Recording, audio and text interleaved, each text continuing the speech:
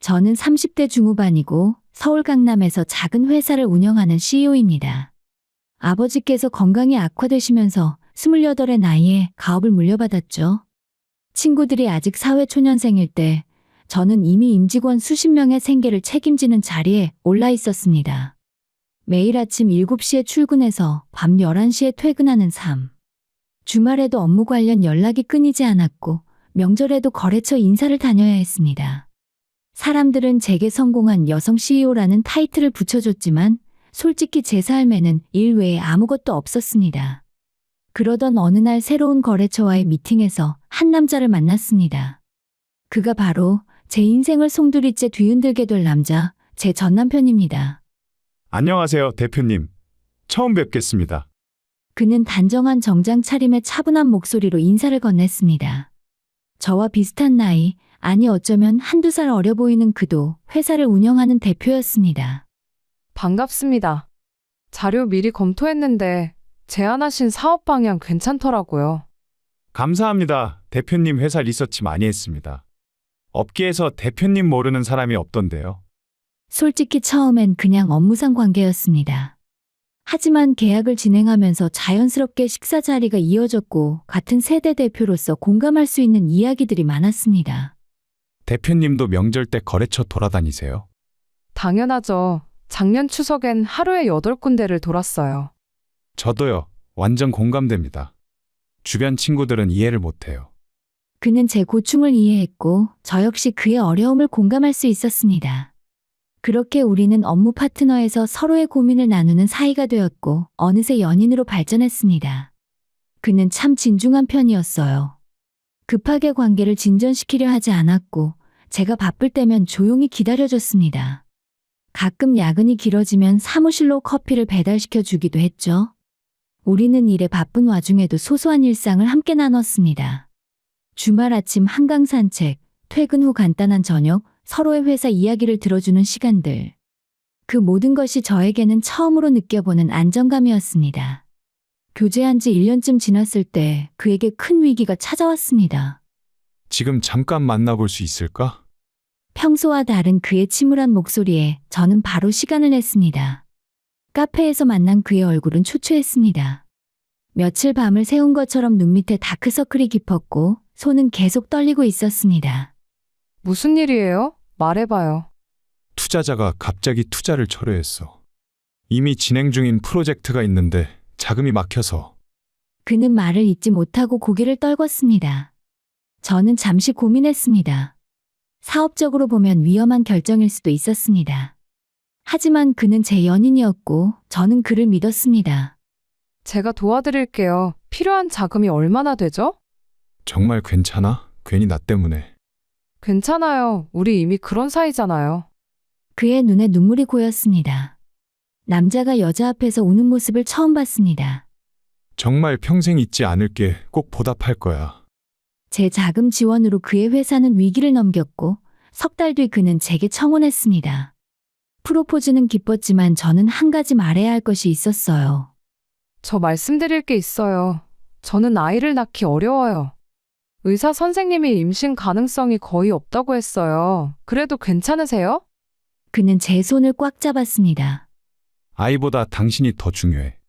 우리 둘이서 행복하게 살면 되는 거지. 아이 없이도 충분히 행복할 수 있어. 그 말을 듣는 순간 저는 처음으로 내 인생의 동반자를 찾았다는 확신을 가졌습니다. 나를 있는 그대로 받아들여주고 나의 결핍조차 사랑해주는 사람.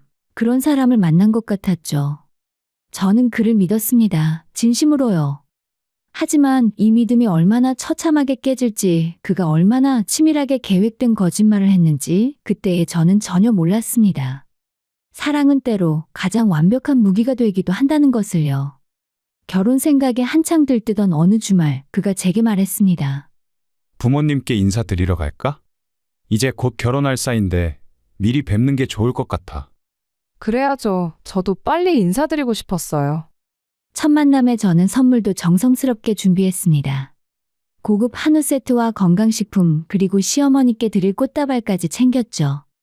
첫인상이 중요하다는 생각에 옷차림도 단정하게 갖췄습니다.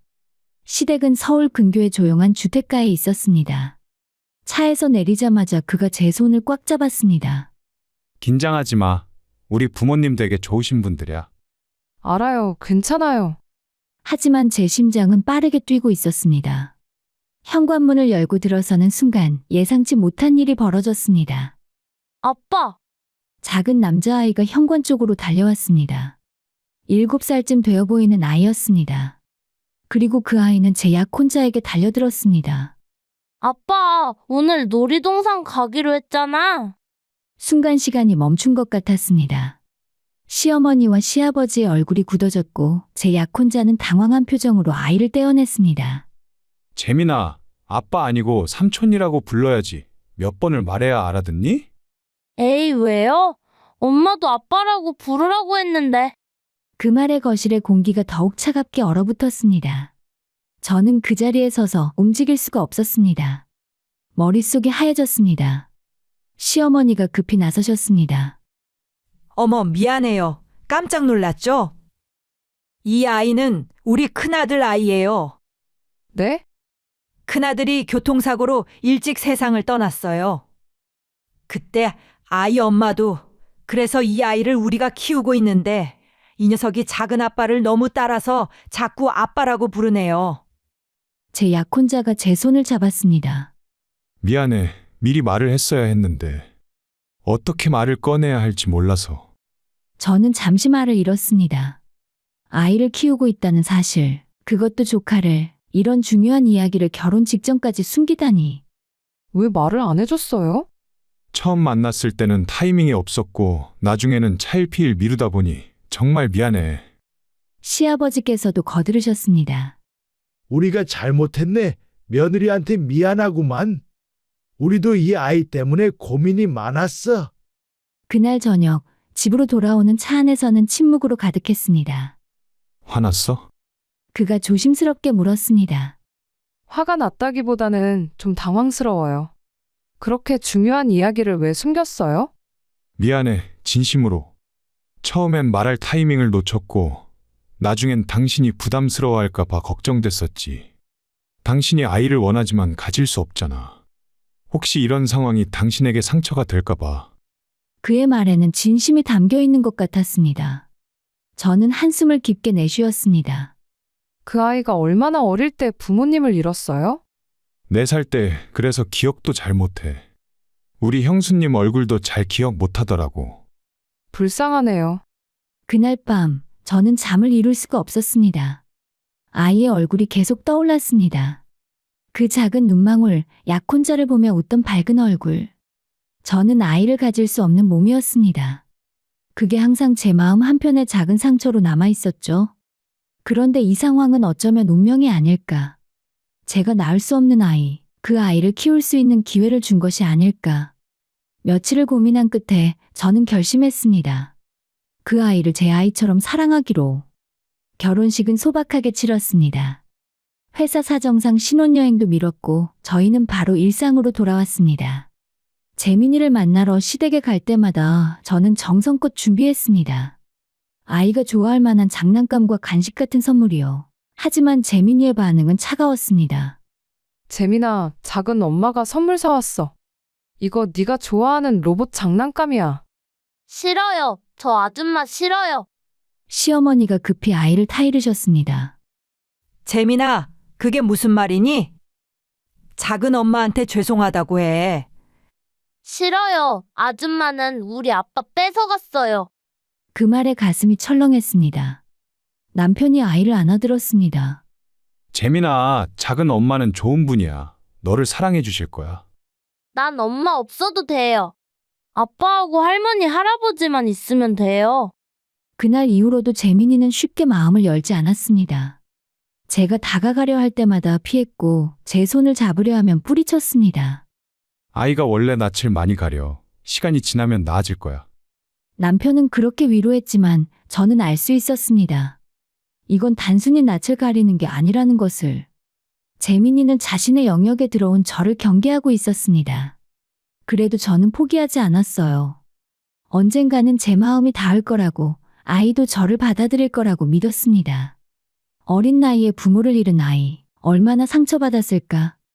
그 상처를 이해하고 천천히 다가가야겠다고 다짐했습니다. 결혼한 지 2달 뒤 첫 명절이 다가왔어요.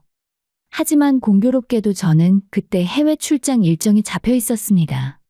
하필 명절 직전에 출장을 가야 하는 상황이었습니다. 어머님 죄송해요. 명절에 참석 못할 것 같아요. 시어머니는 오히려 너그러우셨습니다. 괜찮아. 며느리 일이 중요하지. 우리야 이해하니까 걱정 말고 다녀와. 정말 죄송합니다. 아니야. 요즘 같은 세상에 며느리가 명절에 꼭 와야 한다는 법 어디 있니? 편하게 생각해. 남편도 동의했습니다. 사업하는 사람이니까 당신 회사 일이 우선이야. 우리 부모님도 이해하시니까 걱정하지 마. 시댁 식구들이 배려해 주시는 것 같아 고마우면서도 한편으로는 미안한 마음이 컸습니다. 출장 당일 공항으로 가는 길에 남편에게 전화했습니다. 명절 잘 보내요. 돌아오면 제가 맛있는 거 사줄게요. 알겠어. 당신도 조심히 다녀와. 인천공항에 도착해 출국 수속을 하던 와중에 회사 직원으로부터 급한 연락을 받게 되었어요. 대표님, 현지 업체 사정상 이번 미팅은 연기되었습니다. 다음 달쯤 다시 일정을 잡아보자 하더라고요. 죄송합니다. 저도 방금 이메일을 받아서. 출국 직전 현지 업체로부터 미팅 취소 연락을 받게 된 것이었어요. 공항까지 헛걸음을 했다는 생각에 잠깐 짜증이 났지만 순간 묘한 생각이 들었습니다. 이럴 때 시댁에 깜짝 방문하면 좋아하시겠지? 명절 음식 준비하시느라 바쁘실 텐데 제가 가서 도와드리면 시어머니도 기뻐하실 것 같았습니다. 그래서 저는 망설이지 않고 시댁으로 향했습니다. 그때는 몰랐습니다. 그 선택이 제 인생을 완전히 뒤바꿔 놓을 거라는 것을요. 시댁으로 가는 차 안에서 저는 가벼운 마음이었습니다. 근처 백화점에 들러 명절 선물도 추가로 샀습니다. 고급 과일 세트와 한우, 전부 시어머니께서 좋아하시는 것들이었습니다. 시댁 골목에 차를 세우고 집으로 걸어갔습니다. 날씨는 화창했고 명절을 앞둔 동네는 조용했습니다. 초인종 누르면 깜짝 놀라시겠다. 저는 미소를 지으며 현관문 앞에 섰습니다. 그런데 문을 열기도 전에 안에서 들려오는 소리에 손이 멈췄습니다. 웃음소리였습니다. 낯선 여자의 목소리가 들렸습니다. 재민아, 엄마가 뭐라고 했어? 할머니 심부름 먼저 하고 놀라고 했지? 네, 엄마. 재민이의 밝은 목소리, 그리고 이어진 남편의 목소리. 여보, 이거 어디에 둘까? 저기 식탁 위에 놔둬요. 여보, 당신이라니. 제 머릿속이 하얘졌습니다. 손에 들고 있던 선물 봉투가 바닥에 떨어졌지만 소리조차 들리지 않았습니다. 저는 현관문에 귀를 가까이 댔습니다. 심장이 너무 빠르게 뛰어서 가슴이 아팠습니다. 시어머니의 목소리가 들렸습니다. 며느리 오랜만에 고생했어. 명절 음식 준비하느라 힘들었지? 괜찮아요, 어머님. 저야 당연히 해야죠. 그 여자는 시어머니를 어머님이라고 불렀습니다. 그리고 시어머니는 그 여자를 며느리라고 불렀습니다. 저는 그 자리에서 움직일 수가 없었습니다. 얼마나 시간이 흘렀을까요? 안에서 웃음소리와 대화 소리가 계속 들렸습니다. 완벽한 가족의 모습이었습니다. 그 완벽한 그림 속에 저는 없었습니다. 제 손은 떨리고 있었습니다. 문을 열어야 할까요? 아니면 이대로 돌아가야 할까요? 하지만 발이 떨어지지 않았습니다. 저는 문을 열지 않았습니다. 대신 조용히 계단으로 내려가서 차로 돌아왔습니다. 차 안에서 한참을 멍하니 앉아 있었습니다. 이게 뭐지? 무슨 상황이지? 머릿속이 복잡했습니다. 수많은 가능성들이 스쳐 지나갔습니다. 혹시 남편의 친구 부부가 놀러 온 걸까? 아니면 제가 잘못 들은 걸까? 하지만 아무리 생각해도 설명이 되지 않았습니다. 그 여자는 분명 시어머니를 어머님이라고 불렀습니다. 1시간쯤 지났을까요? 현관문이 열리고 사람들이 나왔습니다. 남편과 그 여자, 재민이, 시부모님 모두 함께 외출하는 것 같았습니다. 저는 차 안에 몸을 숨기고 그들을 지켜봤습니다. 남편은 그 여자의 손을 잡고 있었고 재민이는 두 사람 사이를 뛰어다니며 웃고 있었습니다. 완벽한 가족. 그들이 차를 타고 떠나자 저는 차에서 내렸습니다. 집은 비어 있었습니다. 저는 현관문 비밀번호를 눌렀습니다. 결혼하면서 남편이 알려준 번호였습니다. 문이 열렸습니다. 집 안으로 들어서는 순간 낯선 향기가 났습니다. 여자의 향수 냄새. 거실을 둘러봤습니다. 명절 음식이 차려진 식탁 그리고 벽에 걸린 가족 사진. 저는 천천히 다가갔습니다. 사진 속에는 남편과 그 여자 그리고 어린 재민이가 있었습니다. 세 사람 모두 환하게 웃고 있었습니다. 저는 집안을 샅샅이 뒤지기 시작했습니다. 안방 옷장을 열었습니다. 남자 옷과 여자 옷이 나란히 걸려 있었어요. 화장대 위에는 여자의 화장품들이 가득했습니다. 서랍을 열었습니다. 그 안에는 가족 앨범이 있었습니다. 사진들을 한 장씩 넘겼습니다. 남편과 그 여자의 결혼식 사진, 재민이가 태어났을 때 돌잔치 사진, 유치원 입학식 사진. 모든 사진 속에 저는 없었습니다. 저는 거실 소파에 앉았습니다. 앨범을 무릎 위에 올려놓고 멍하니 벽을 바라봤습니다. 얼마나 시간이 흘렀을까요? 현관문이 열리는 소리가 들렸습니다. 다녀왔습니다. 재민이의 밝은 목소리 그리고 이어진 발걸음 소리가 났어요. 거실로 들어온 그들은 소파에 앉아있는 저를 보고 얼어붙었습니다. 시어머니가 제일 먼저 입을 열었습니다. 아니, 어떡해. 남편의 얼굴이 새하얗게 질렸습니다. 그 여자는 뒤에 숨듯 한 발 물러섰습니다. 재민이는 상황을 이해하지 못한 채 저를 바라봤습니다. 아줌마 왜 여기 있어요? 저는 천천히 일어났습니다. 손에는 그들의 결혼 앨범이 들려 있었습니다. 출장이 갑자기 취소되어서 깜짝 놀라게 해드리려고 왔어요. 제 목소리는 놀라울 만큼 침착했습니다. 그런데 집안에서 재미있는 걸 발견했네요. 저는 앨범을 식탁 위에 내려놨습니다. 이 사진 속 여자분이 누구죠? 남편이 입을 열었습니다. 그건 그게 형수님이라고 하셨죠? 돌아가신 형님의 아내. 저는 그 여자를 바라봤습니다. 그럼 당신은 왜 시어머니를 어머님이라고 불렀어요? 그리고 왜 내 남편을 여보라고 불렀나요? 그 여자는 아무 말도 하지 못했습니다. 시아버지가 한숨을 깊게 내쉬었습니다. 일단 앉아. 다 같이 이야기 좀 해야겠어. 아니요, 서서 들을게요. 저는 남편을 똑바로 쳐다봤습니다. 설명해보세요. 지금 당장. 남편은 고개를 숙였습니다. 미안해. 미안하다는 말 듣고 싶지 않아요. 사실만 말하세요. 긴 침묵이 흘렀습니다. 그리고 마침내 남편이 입을 열었습니다. 이 사람은 내 아내야. 그 한마디에 세상이 무너지는 것 같았습니다. 우리는 사실 위장 이혼을 했어. 위장 이혼?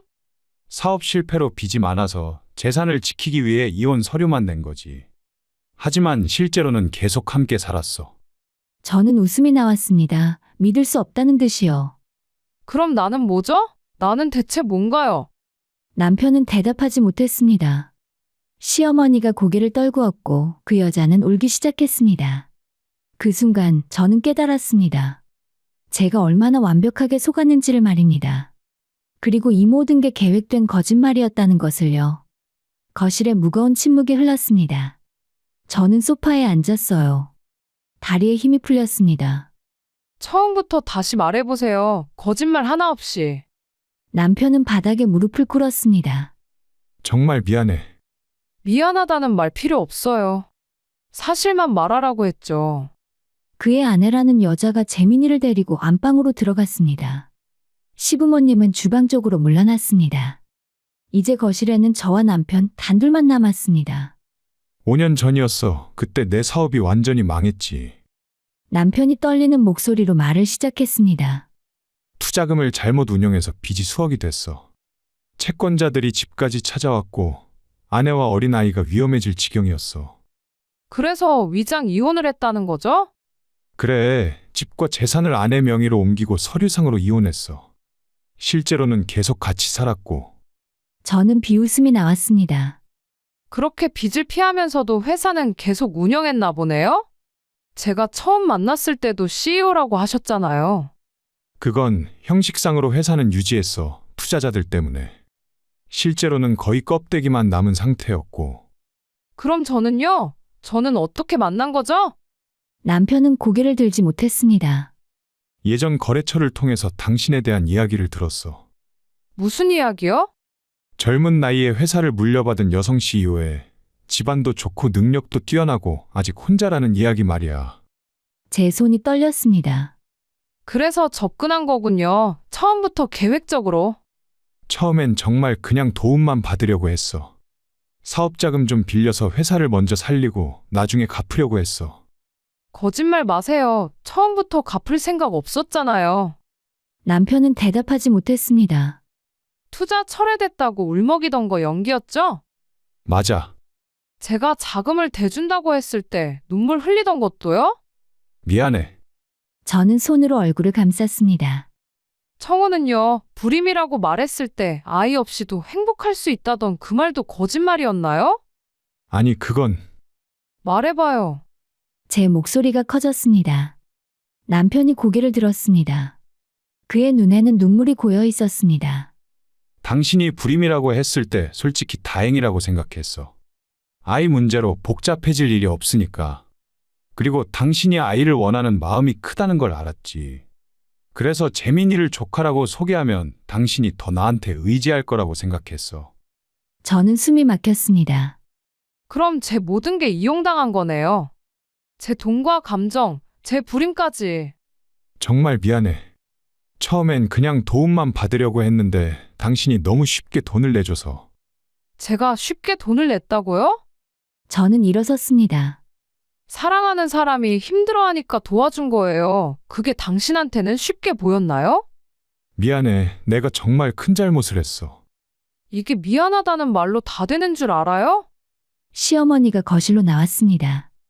며느리야, 아니, 우리가 전부 잘못했어. 저는 시어머니를 쳐다봤습니다. 어머님도 처음부터 아셨죠? 미안해.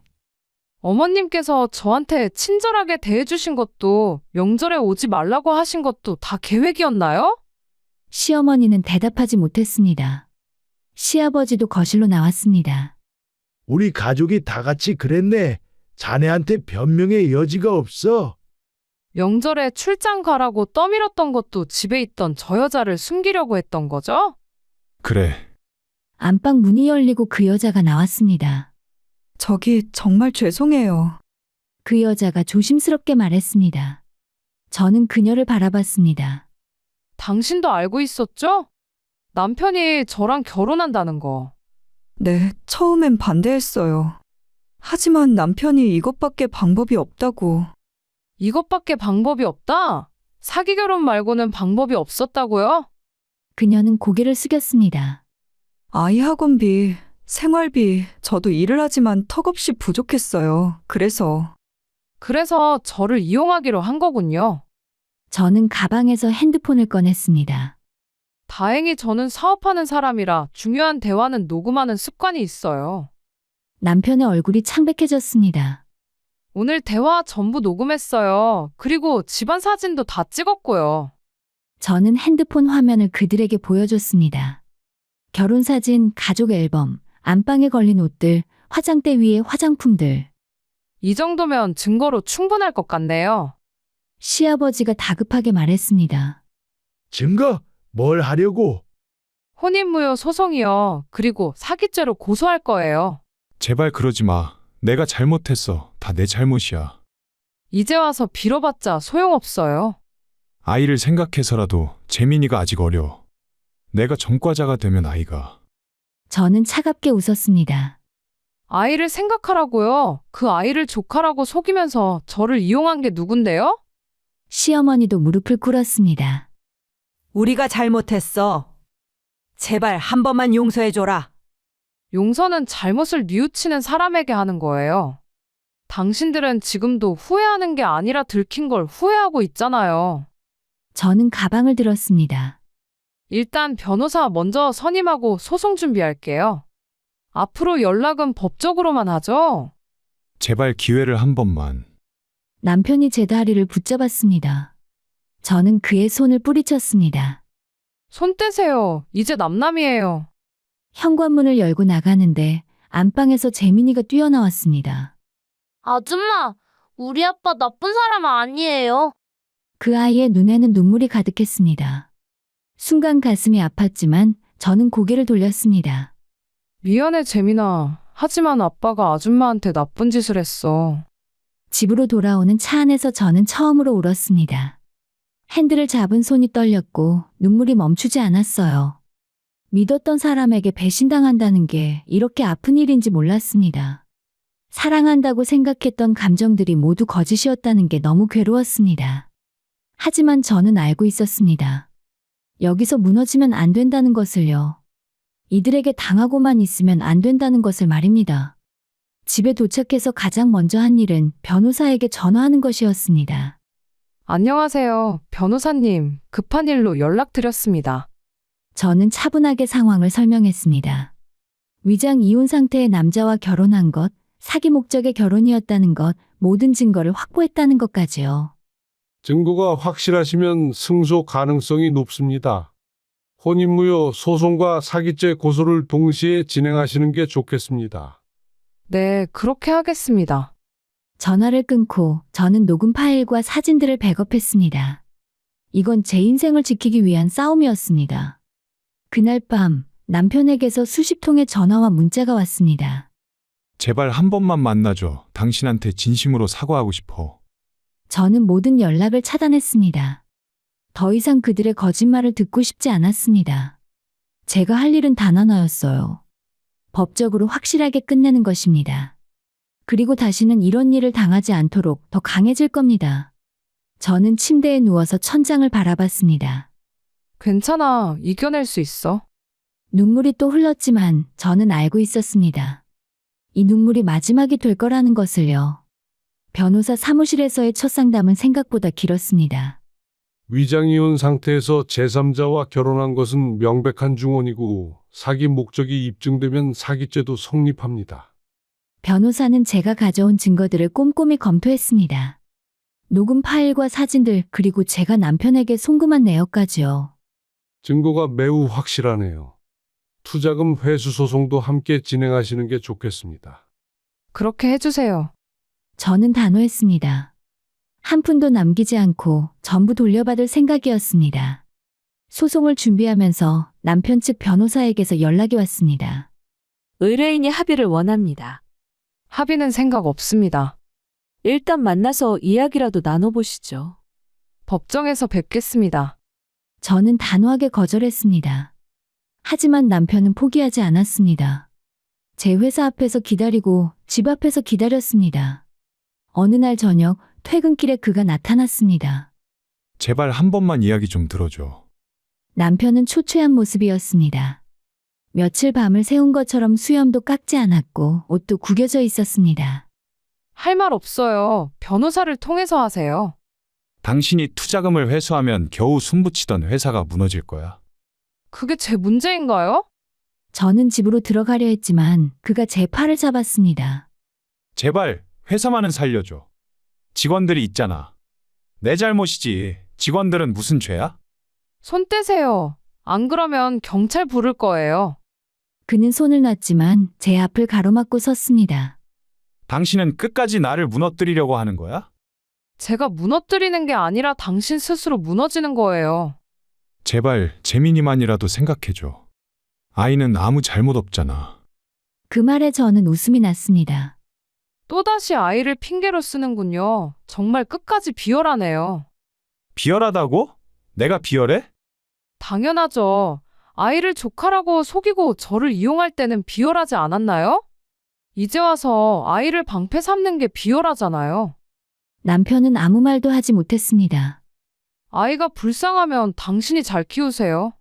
사기치지 말고 정직하게 살면서요. 비켜주세요. 안 그러면 정말 경찰 부를 거예요. 며칠 뒤 이번엔 그의 아내가 찾아왔습니다. 대표님, 로비에 손님이 오셨는데 꼭 뵙고 싶다고 하십니다. 누구죠? 이름을 말씀하시기 곤란해 하시는데요. 내려가 보니 그 여자였습니다. 남편의 진짜 아내 말입니다. 무슨 일이세요? 죄송해요. 저 때문에 이렇게 된 것 같아서. 그녀의 눈은 부어 있었습니다. 당신 잘못이 아니에요. 당신 남편의 잘못이죠. 제발 한 번만 용서해 주세요. 재민이가 아빠 없으면 어떻게 해요? 저는 한숨을 쉬었습니다. 재민이 이야기는 이제 그만하세요. 당신 남편이 사기친 건 맞죠? 저를 계획적으로 속인 것도 맞잖아요. 그건 그렇지만 저희도 너무 힘들어서. 힘들면 사기쳐도 되나요? 죄송해요. 정말 죄송해요. 그녀는 바닥에 주저앉아 울기 시작했습니다. 주변 사람들이 쳐다봤지만 저는 신경 쓰지 않았습니다. 일어나세요. 여기서 이러면 저도 곤란해요. 제발 소송만은. 자꾸 이러면 경찰 부를 거예요. 저는 냉정하게 말하고 엘리베이터로 향했습니다. 뒤에서 그녀의 울음소리가 들렸지만 저는 돌아보지 않았습니다. 어느덧 시간이 흘러서 재판날이 다가왔어요. 변호사가 전화를 걸어왔습니다.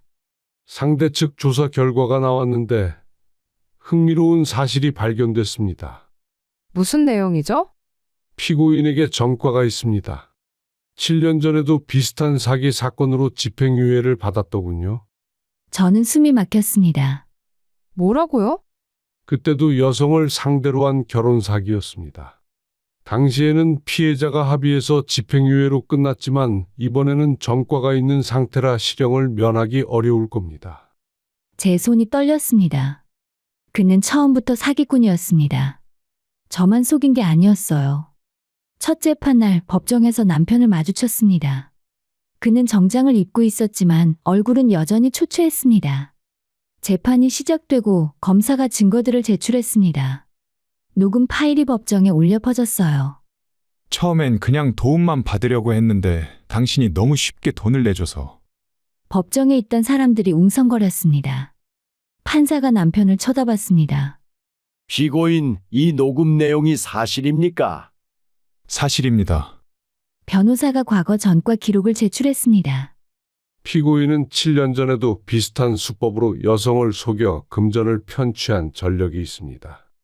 판사가 서류를 검토했습니다. 피고인, 이 전과에 대해 알고 있습니까? 네, 그럼에도 불구하고 같은 범죄를 반복한 것입니까? 남편은 대답하지 못했습니다. 당연히 재판은 제게 유리하게 흘러갔죠. 재판이 끝나고 법정을 나서는데 남편이 다가왔습니다. 잠깐만.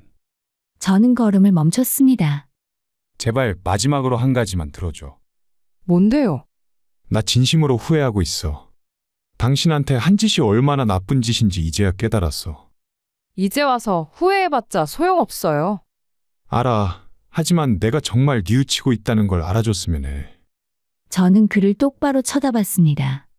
당신이 후회하는 건 저를 속인 것이 아니라 들킨 거예요. 만약 제가 그날 시댁에 가지 않았다면 당신은 계속 저를 속였겠죠? 남편은 고개를 숙였습니다. 이제 그만 가세요. 다음 재판에서 봅시다. 저는 돌아섰습니다.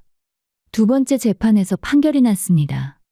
피고인을 사기죄로 징역 3년에 처한다.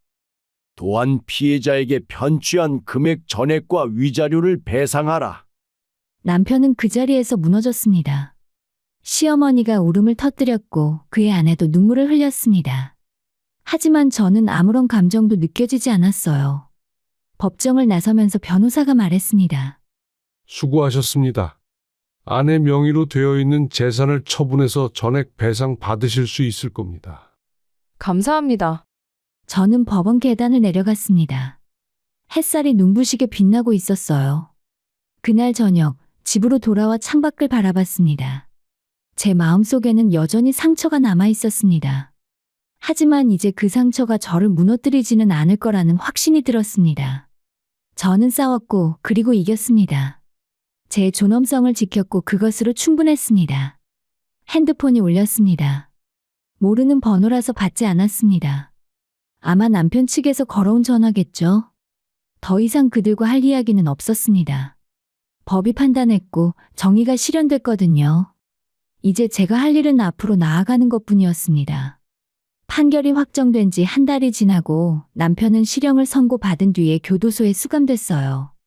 그의 아내 역시 공범으로 징역 1년 6개월의 집행유예 2년을 선고받았습니다. 시어머니와 시아버지는 법정에서 눈물로 고개를 숙이던 그들의 모습이 아직도 기억에 남아 있습니다. 정말 미안하네. 시어머니의 마지막 말이었습니다. 저는 아무 대답도 하지 않았습니다. 미안하다는 말로 모든 게 용서되는 건 아니니까요. 투자금은 전액 회수했습니다.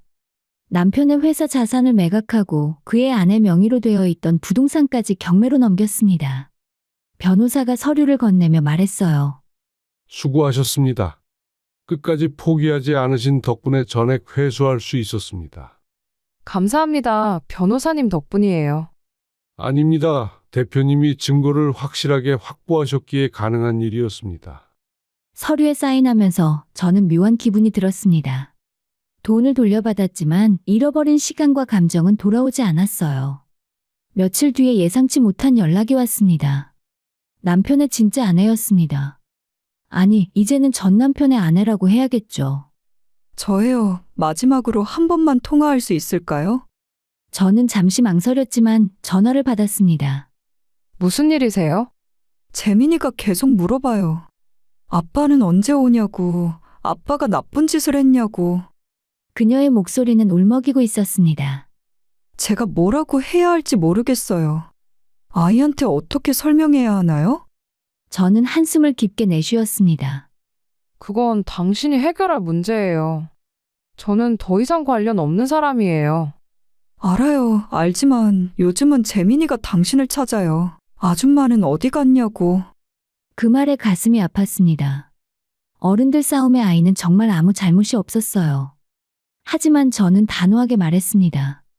재민이한테는 미안하지만 어른들이 지은 죄는 어른들이 책임져야 해요.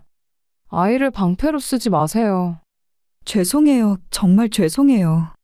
이제 전화 끊을게요. 다시는 연락하지 마세요. 저는 전화를 끊고 그녀의 번호를 차단했습니다. 아이가 불쌍하다는 생각은 들었지만 그것이 제 책임은 아니었습니다. 저도 피해자였으니까요. 회사 일에 다시 집중하기 시작했습니다. 그동안 소송 때문에 미뤄뒀던 프로젝트들을 다시 검토하고 새로운 거래처와 연락했어요. 시간이 지나자 직원들이 조심스럽게 물었습니다. 대표님 괜찮으세요? 많이 힘드셨을 텐데. 괜찮아요. 이제 다 끝났으니까요. 그래도 힘드시면 말씀하세요. 저희가 도와드릴게요.